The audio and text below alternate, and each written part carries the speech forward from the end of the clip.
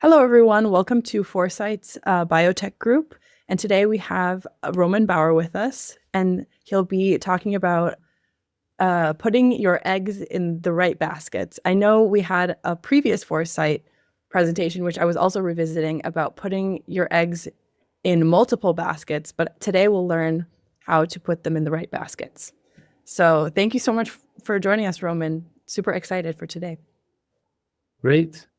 Thank you, Lydia, and thanks for having me here. So I would like to talk about some of my research that involves computational modeling, and in particular, computational modeling of the brain to extend and to improve health and the lifespan of the brain ultimately.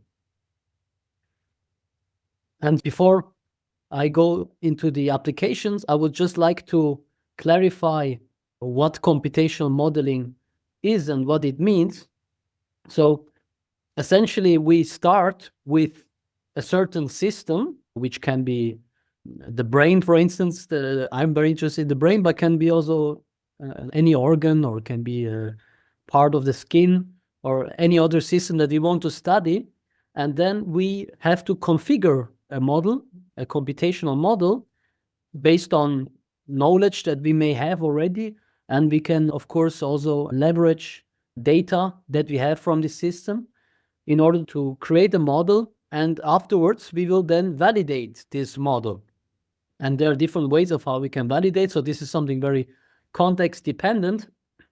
And then if the validation is successful, then we can go to the next step, which is crucial for every computational model, which is to generate certain types of predictions. Because it's not just enough to have a computational model that matches with the data. Ideally, we should also have some predictions. And so once we have those predictions, we can then again check experimentally whether these predictions are correct. If not, then we need to go back to the drawing board and amend or change the model, maybe recalibrate. And if those predictions are correct, then that's great. So that is evidence that we have some insight into this system. And so we can go back into the system and maybe go into more depth into the system. So have a more detailed system view, which then again starts this circle. So it's almost a never-ending story. We can always refine our model and the system that we are looking at. And as I mentioned, I'm particularly interested in the brain. And one way or one approach to improve the brain's health is to address age-related deterioration and disease of the brain. And another approach would be to essentially accept that the brain deteriorates, but then to look into ways to regenerate and repair the injured or degenerated brain. And for this, we need also good insight into how the brain develops. And I will get into that in a few minutes. And finally, we can also look into cryopreservation. So how can we maybe preserve a part of the brain or larger volumes of the brain in order to later on benefit from improved technologies to address those challenges that we are at the moment not able to do. So regarding the first approach, as I had mentioned in my previous talk a few months ago, there are many different ways of how we can assess the brain's health and its state. And one very powerful, I would say, approach would be to use non-invasive imaging techniques, such as, for example, diffusion tensor imaging, DTI, where we can visualize fiber tracts in the brain in 3 dimensions. So here you see such a visualization where different colors indicate different orientations of those fiber tracts in the brain. So green would be, for example, horizontal, and blue vertical, and the red more oblique. So as you can clearly see, this is a very complex structure and organization. And there are also mathematical and computational techniques to analyze this kind of fiber structures, and then to capture these organizations. For example, one can use complex network analysis to capture such networks of the brain. And we have done that in the past, and we have applied it for the diagnosis of Alzheimer's disease. So it turns out we can actually very early on already identify changes that are pathological, such as in Alzheimer's disease progression, and we can do that completely non-invasively. Another method that I've recently looked into and I'm continuing to look into in my lab is to diagnose neurological conditions by looking at retinal images. So the retina is a neural tissue at the rear of the eye, and so it's part of the central nervous system, and it's also part of the brain, and so it's connected to other parts of the brain, and it has been shown that certain types of diseases also affect the retina. And so in a way, the retina, or is part of the eye, it can be seen as a window into the soul, because it can be used to image part of the brain if there is an issue, and to diagnose those issues. And we have recently published some papers that show that we can use AI, certain types of AI techniques that are explainable, so they are not black box approaches. They are innovative AI methods that allow to also understand why the AI says this person may have Alzheimer's disease or Parkinson's disease. And this is a whole avenue of how computational models and computational analysis can be used to diagnose neurological conditions. But as I said, I don't want to go now more into detail into this first point of age-related degeneration, because I've already talked about it a few months ago, and so it's available on YouTube. And if you're interested in this, please have a look. And if you have any questions, don't hesitate to get in touch. Now, here I would like to focus particularly on the development of the brain, because I think it is key to understanding how one could regenerate and repair parts of the brain. Development is a very multifaceted process, and it starts very early on. So at the beginning, we all stem from a single precursor cell, the zygote, the fertilized egg cell. And then there are several important events that happen afterwards. For instance, gastrulation, which the developmental biologist Louis Wolpert described as the most important event in your life, more important than birth or marriage or death. And this is one of the crucial events that happen. Later on, there are other important events such as neurulation, birth, and of course, entire stages of childhood and adolescence. And our brains change during all those changes, during all those events and phases a lot. And we can use computational models to analyze data that we have from those different stages in order to gain insight into what is going on then. And a computation model that can capture this needs to take into account not only the biological dynamics, so what is happening with the genetic code, like how do genes govern the biological dynamics, and how can we model the gene expression, but also we need to take into account the physical world, because cells are not in a vacuum. They are interacting continuously with their local environment. So chemicals that diffuse, they can sense mechanical interactions and electrical activity and so on. And it is this interaction between the genes and the physical processes that then shapes us in a very complex and dynamic process. And we need computation models to account for this. And importantly, a good computation model should model each of those processes as autonomous agents, rather than modeling like a global supervisor that tells all the cells what they should do. So if we want to remain close to the actual biology, we need to take into account that these are autonomous processes. Each cell is an autonomous entity that interacts with other cells. And there is not like a global supervisor that knows at each time what is going on. For the sake of biological plausibility, a computation model should be accurate enough to have autonomous behaviors. And then this can also explain the complexity of the brain, because the brain is extremely complex with almost 100 billion neurons and 10 to the 15 synapses. So that's a 1 with 15 zeros. And this is much more complex than understanding or having the genetic codes information. The genetic code has been estimated to amount to approximately 1 gigabyte of data. Maybe it's an order of magnitude more, but probably it's not much more. And so it's much more simple to model how the genetic code plays out during development rather than directly trying to understand the adult brain. And so in the past, I've used these kind of biological behaviors, such as cells that can grow or shrink, or cells that can migrate, cells that can secrete certain chemicals and substances and detect them and commit to apoptosis or die, and also create bonds. So these are fundamental behaviors that we use in our computational models to make sense of those developmental processes.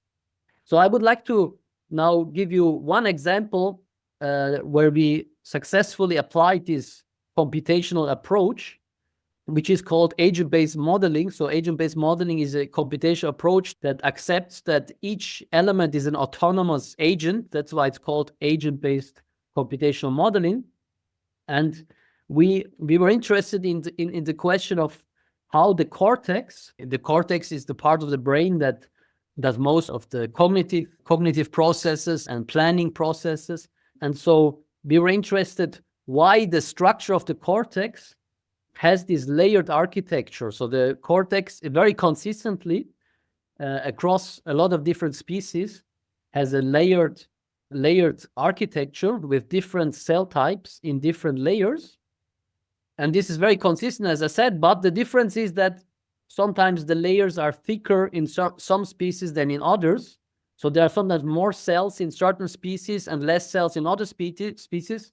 And even within the same species, sometimes in certain parts of the brain, there are more cells in a particular layer than in others. So there's a lot of variation going on here. So this is a number of neurons in different species, like in the human or in the rat or in the mouse. And you can clearly see that the number of neurons varies quite a lot. And also the proportion of neurons in those different layers varies a lot.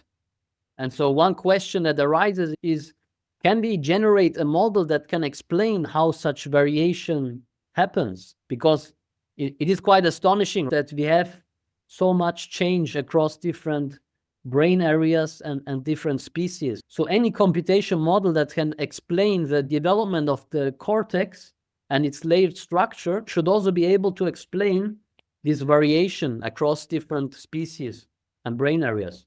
So this is what we did. So we created a computation model where we modeled a state machine-like description of a gene regulatory network. So we modeled how genes interact with one another, and we had different types of states. So these are like cellular states from S1 to S7, and at each stage, a cell can commit to a certain cell type or a neuron type. So these L6 to L2 are layer 2. These are layer 2 cells, for example. These are layer 5 neurons. These are all neurons. And we have this rather simple gene regulatory network type of description. And that's what we used as a computational base model. And then we simulated this. As you can see here, over time, we can see how a single layer of cells produces this differentiated tissue, cortical tissue, with different cell types. And we could also reproduce approximately the right proportion of cell types for different species and different brain areas. So this is nice. It explains something that we have observed experimentally. And what is also nice here is that it also explains why there is so much cell death in the brain during normal development. So many of you may know that during brain development, more than half of all neurons die naturally. So they just die normally without any disease. And the question that arises is, why do so many die, right? If you want to build a house, you will not throw away half of your bricks. And it turns out that in our model, we actually need so much cell death in order to get this flexibility, to have such variation in the different cell types. So in a way, this could be a reason for this seeming waste of cells, could be that we have a much more flexible cortical architecture if we have a lot of cell death. And also we could explain certain differences that people have observed in certain diseases. For example, in polymicrogyria, so this is a cortex from a person who had polymicrogyria. You can see here there is a thinner cortex, and it has many more convolutions, and so it's more gyrified. And we could actually, by just changing one parameter, we could also generate a much thinner cortex reminiscent of the polymicrogyria-like cortex. And also, we could see differences reminiscent of autism, where the cells are more diffusely located. So here in figure D, you can see that the cell's location is much more randomly jittered as compared to C here. And again, we could just by changing some parameter, a single parameter in the model, we could also generate much more like randomly placed neurons of different types, which could again be a potential like cause of certain types of autism spectrum disorders. Then just to give you a bit of, maybe for those who don't know much about the structure of a neuron or the anatomy of a neuron has a cell body or a soma, and it has dendrites and axons, and the synapses are where the connections are between axons and dendrites. So this is the basic structure of a neuron, and this is how the neurons then connect with one another, by connecting the axons and dendrites with one another via synapses. And so that's why we get very complex structures by having such neurons located near each other. Sometimes they can even connect over rather long distances. And what we also then did with computational modeling, using this agent-based modeling approach, is we optimized the axonal growth in order to match experimental data. So this was published a few years ago in PLOS Computational Biology, where we showed that we can mimic the same type of structure of axons from the thalamus to the cortex. So these are long-range projections of neuronal axons, and we optimized the growth parameters in order to produce like synthetic or simulated neurons that look very similar to the actual axons. And we recently continued this line of research, and so very recently we published this work here, where we follow a similar approach to model an entire neuron. So not only the axon, but also the dendrites.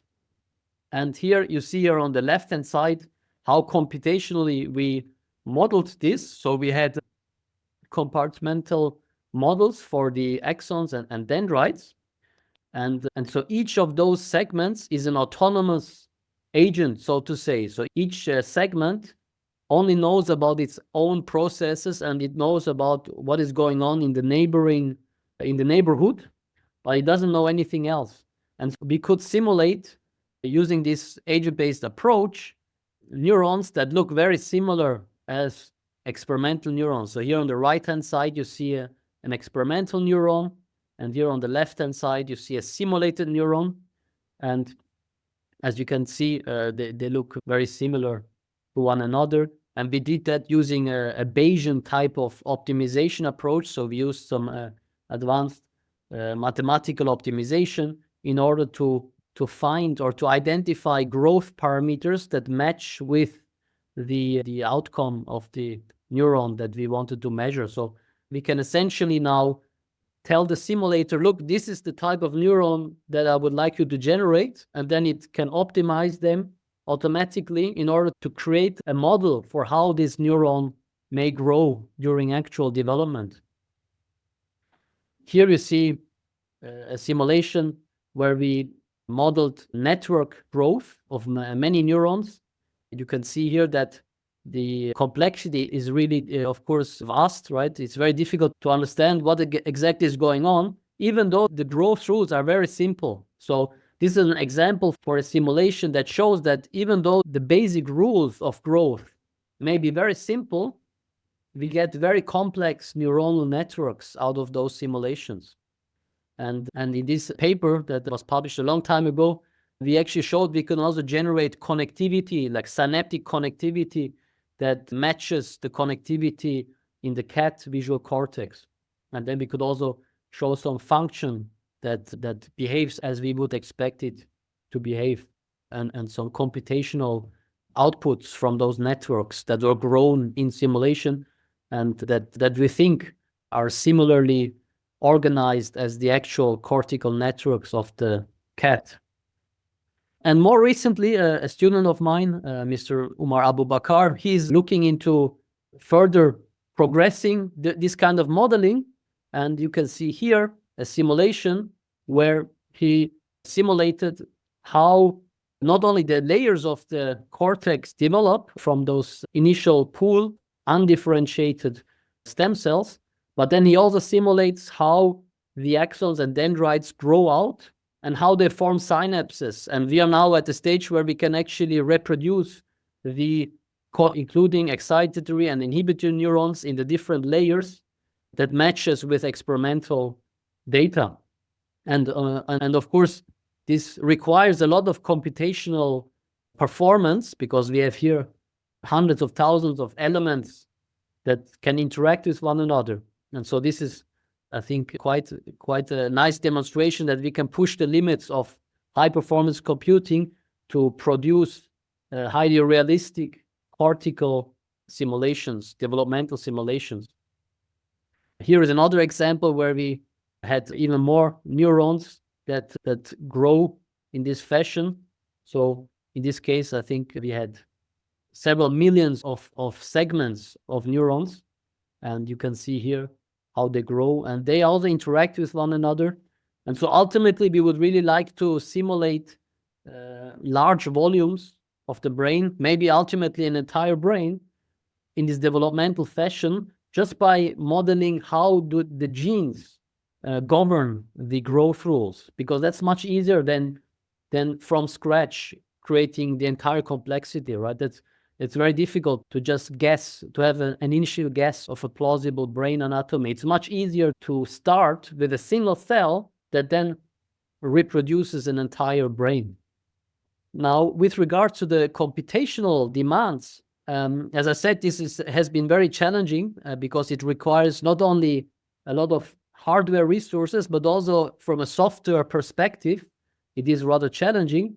And so a few years ago, we published a paper where we present a new agent-based simulator, which is called BioDynamo. And BioDynamo is arguably the most performing agent-based simulator for computational neuroscience. So we can grow large tissues in silico by modeling millions, actually even billions of cell elements. So we recently published another paper where we showed that we can even push this further. And I think in the latest benchmarks, we could simulate about 3 billion cell elements. So it's getting really very large scale. And this is a collaboration involving 8 organizations, including very prestigious organizations such as also CERN, that helped very much with the computational aspects here. And notably, this software is also open source. And in this paper, we present the software and some applications, including, for example, neuroscience, but also we have applied it for cancer research. Recently, we published a paper where we use BioDynamo to simulate therapy and how to potentially use this to optimize the dosage in radiotherapy. So there are different applications of BioDynamo. It's a very versatile software. And as I said, it's open source, so everyone can download it. If you're interested, feel free to go to the website. We have also tutorials or documents that explain how one can get started with BioDynamo. And so if you're interested, feel free to have a look here or let me know. You can get in touch. We are always happy to collaborate. There are multiple institutions with which we are collaborating. And then finally, I would like to a little bit elaborate on cryopreservation, so which is kind of the alternative approach.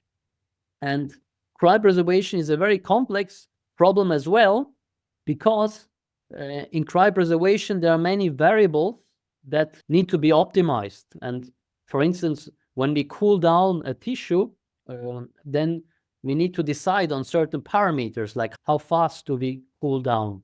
Then what types of cryoprotective agents do we administer? At what concentrations?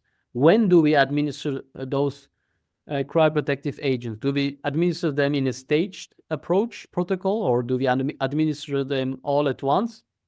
So, and then similarly for the thawing, when we or rewarming, we need to rewarm this, and there are also problems there because cracks can appear, for instance, and we need to think about how to optimize the entire rewarming process. And as you can imagine, there are many different variables here, and this is also a reason why computational modeling is, I think, crucial for cryopreservation, because computational modeling allows to generate a model based on which one can then study changes in certain protocol variables, right? Once we have a computational model, we can say, okay, what happens if I change this protocol variable? Will it become better or worse? And so ultimately it can be a complementary approach to experimental work. So it's not like computational modeling by itself will address all the challenges that we have, but it can definitely accelerate the entire process of cryopreservation research. And a few years ago, we published a paper where we review the state of cryopreservation, and we also actually elaborate a bit on the computational side of things. And so if you're interested in cryopreservation, then this review paper could be of relevance here. And then I would like to also just highlight some recent studies that I think are very exciting and that show that cryopreservation has a lot of potential to advance further. For example, in 2023, this study showed that rat kidneys can be cryopreserved and rewarmed by using nanoparticles. And I think this has been really a seminal study, as it showed the power of optimized rewarming. Another recent study from last year showed this cryopreservation method called MEDI, where the authors showed that neural tissue can be cryopreserved, at least certain types of neural tissue. I think all of those tissues were immature, rather immature, so not from the adult, but still this is very encouraging progress. And so I think this is also great news for people interested in cryopreservation of neural tissue. And then very recently, this preprint was published. This is, even though not all the information is there that I wanted to study, still it's very encouraging to see that there is more research results showing that neural tissue can indeed be cryopreserved and rewarmed while still having some function retained.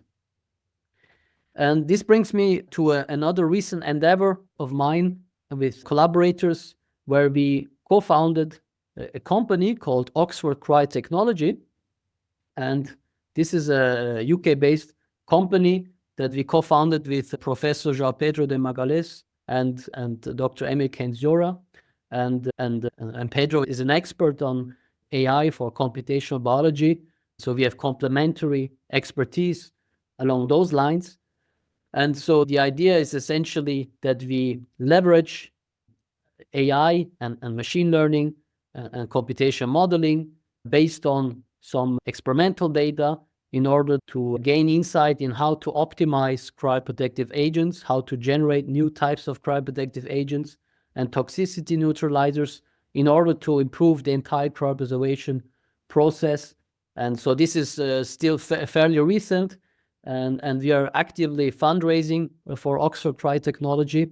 But I think it would be another very interesting avenue to use computational tools and computational techniques in order to improve cryopreservation and demonstrate how these exciting new developments in AI can be leveraged for better cryoprotective protocols.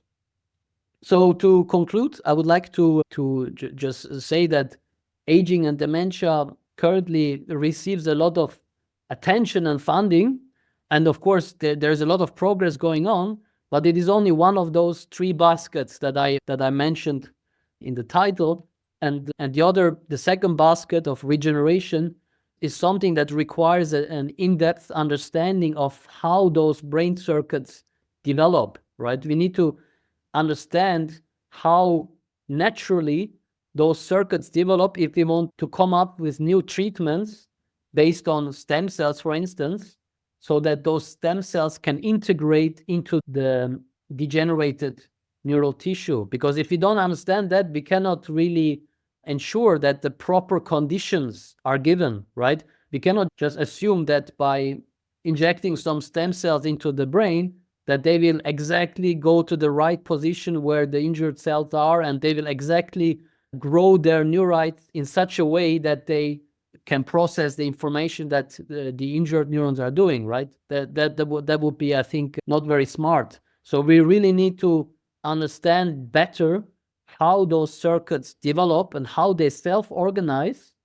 like what kind of signals are there going on during the development, in order then to later on reproduce the same conditions or similar conditions to ensure that the right connectivity is formed and that the neurons can take the right connectivity, because there are thousands of different neuronal types, and the process of differentiation into those neuron types depends on certain cues, and those cues are present only at very certain moments. And so the adult brain is very different than the immature brain. And that's why I think we need to have better and more computational models that can reproduce what is going on during actual brain development, which then will have strong impact on some regenerative treatments. And so I hope that I could, if you were not already convinced, I hope I could highlight that computation modeling is really crucial for not only for brain development, but also for cryopreservation research, because there are so many complexities involved there, and no single human can just grasp all those different interdependencies and factors that play a role there. And so I think whether you put your eggs into the first basket or the second basket or the third basket, all of those baskets need computational modeling and also funding, in particular for the third basket. I think the cryopreservation research gets much less funding support than particularly the first basket, even though there's a lot of potential and so many applications, right? You could use cryopreservation not only for brain preservation, but also for organ preservation, for instance, or for organoids that are preserved, which then can be used for certain types of treatments. And then even completely different applications like space travel, if you could come up with some biostasis protocol. And so there are many applications of cryopreservation, but given this potential, the funding that goes there is still rather proportionally is much less than for the others. And more recently, I think the DeSci movement has really shown that it can make a big difference. And I think so. I'm very excited about the DeSci movement because it's a very nice alternative to standard government grants, which anyway at the moment also are politically quite under pressure. And so I think DeSci has a lot of potential to make really a big difference. And those of you who are interested in supporting this kind of research, I think should look into DeSci as well. So overall, I think the message is there are many different ways of how one can contribute to better brain health and longer brain health. Some of those approaches get more support than others, and I think that's a mistake. I think at the moment, too many eggs are in one basket, and I think we should a bit redistribute this, not only the governmental funders, but also I think us as citizens or investors. I think we should consider this a bit more in a balance. And I would like to thank you for your attention and all my collaborators who have contributed very much to this research and my funders. And so thank you. Yeah, happy to take any questions. Amazing. Thank you so much, Roman. Micah, let's call on you. Yeah, have you thought at all about how the connectivity between neurons and how those connections develop may be tied to learning that is occurring at the same time as development? And if so, could that be integrated into your simulation at all? Sorry, I have an issue with understanding you acoustically. So I will just maybe put on my earphones because at the moment I don't hear you. I'm not sure if it's just on my end, but just to be sure. Are you able to hear me, Lydia? I can hear you. Okay. Well, no, get his headphones on. Sorry, can you just repeat, please? Sure. Can you hear me now? Yes. Yeah. Perfect. Excellent. Have you thought at all about how the connectivity between neurons and how those connections develop may be tied to learning that's occurring at the same time as development, like during the developmental process? And if so, can you integrate that into your simulation so your simulation also maybe does some sort of learning at the same time in a way a deep neural network would?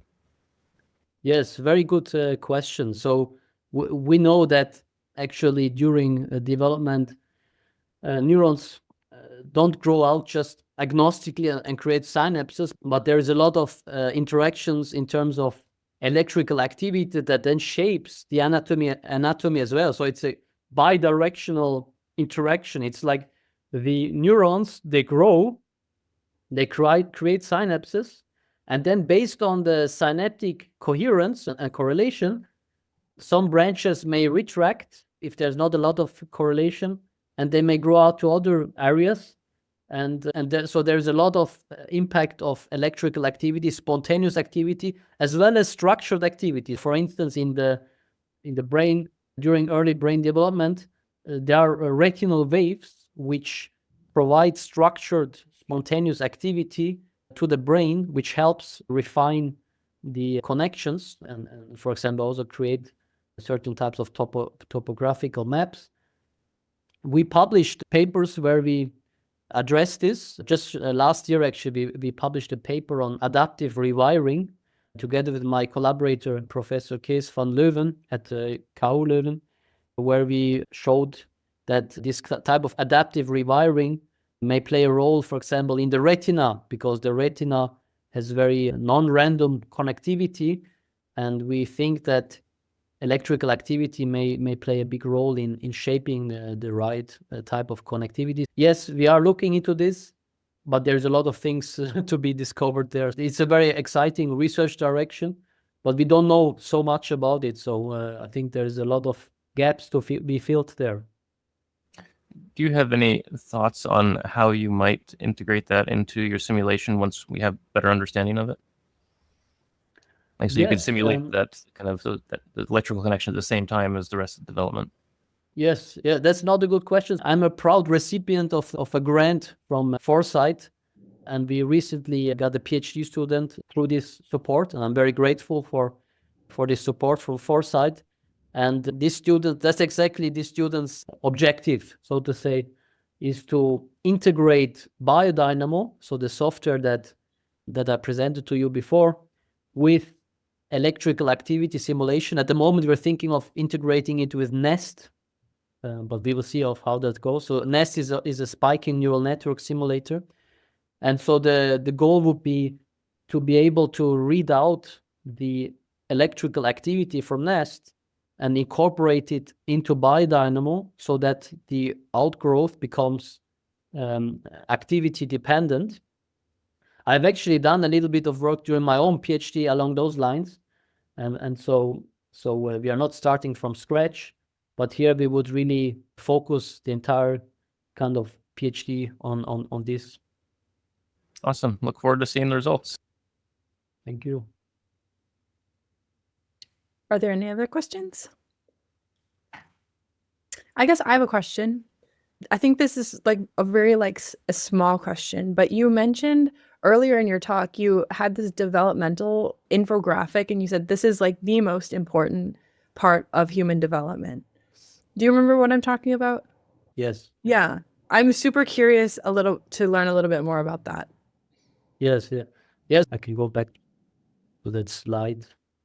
Yeah. So here, so these are some key events. Not all important events are here. So this is not exhaustive by any means, but so I mentioned Louis Wolpert. So he was an eminent developmental biologist, and he said that so he said, I think I don't know if I have the exact wording right, but he said something like, it is not birth, marriage, or death which are the most important events in your life, but gastrulation. So in gastrulation, you develop from the ectoderm and like a single layer, a single kind of undifferentiated layer of cells. You differentiate into 3 different types of cells, and this is a seminal event during development. So this is crucial. Without that, there is no brain developing, and so that's why I think that's one of the reasons why he said that. There's a lot of knowledge about this event, gastrulation. There's on Wikipedia, for instance. It's quite a good article. That's a great quote. Yes. Micah says, oh, I'll have to switch from celebrating my birthday to celebrating my gastrulation day. Yeah. Does anyone have any other questions? I guess one more question would be, if people can help you support your work through connections or any other means, is there any way that we can help support you better?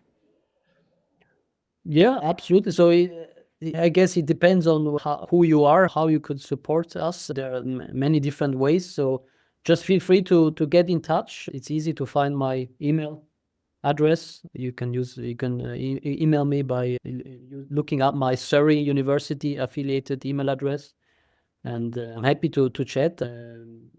There, as I said, if you're interested in cryopreservation, we can do something along those lines.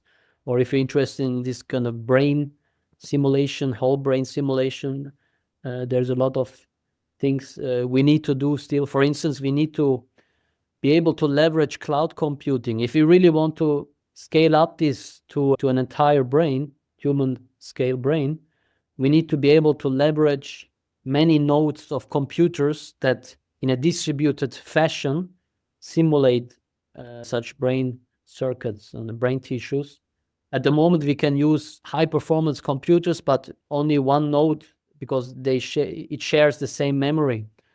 And so it is a bit of a computer science challenge to scale this up, and we are working along those lines, but any support for this would be great, for instance. Yeah. You mentioned that in your simulations, you're able to replicate or closely replicate the developmental process. And so your cortical columns, for example, match the biological ones. I'm curious, where are you deficient in that regard? What areas do you fail at replicating biology? And do you have any ideas on what's needed to get the rest of the way?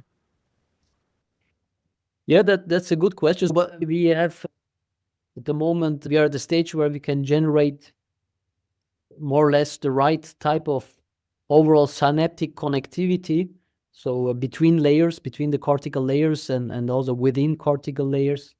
For many decades, there has been the so-called canonical microcircuit hypothesis, which states that this connectivity or overall each column in cortex has a preserved canonical function or computation. And so we have made advances there.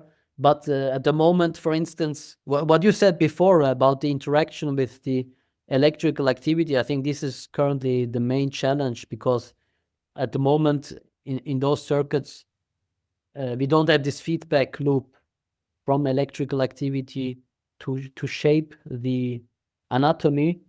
And there's not like a single bottleneck for this. I think if we had more people working on this, we could really make a big step forward there. We could work on different parts of the brain. We can work on the retina So I think the technology is there. It just needs to be done, and that's not easy because those people need to know about computer science. They need to know about neuroscience.